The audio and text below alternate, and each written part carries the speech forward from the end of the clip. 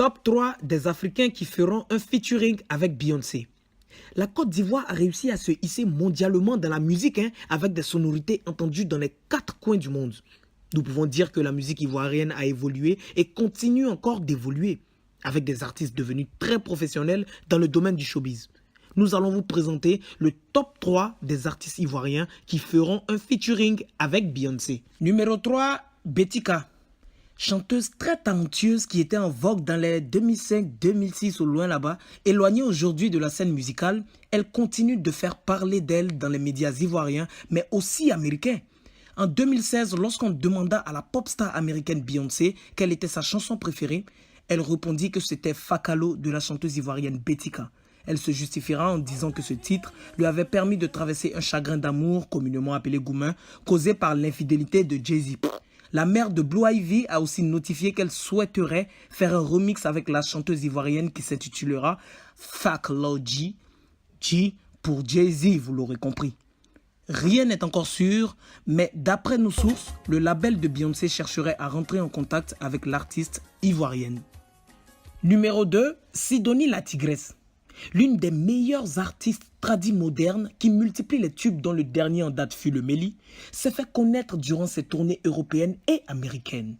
En 2009, à la salle Anumambo de Houston au Texas, Sidonie la Tigresse fait les premières parties du concert de Beyoncé.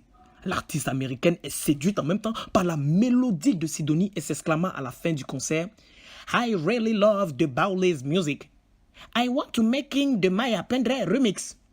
Sidonie invita Beyoncé en 2010 sur les terres ivoiriennes à la fête de Paquinou et profitait pour faire un remix.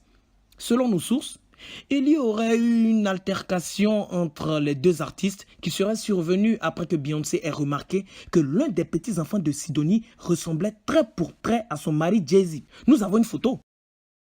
Femme baoulée même. Le featuring aurait été reporté à une date ultérieure.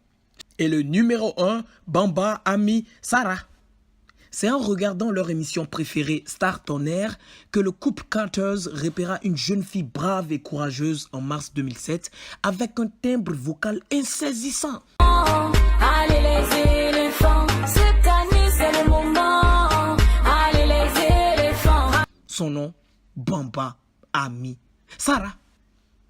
C'est lors d'une interview avec Oprah que Beyoncé fera part de son désir de recruter l'artiste ivoirienne, allant même jusqu'à comparer ses tonalités vocales à celles de Whitney Houston.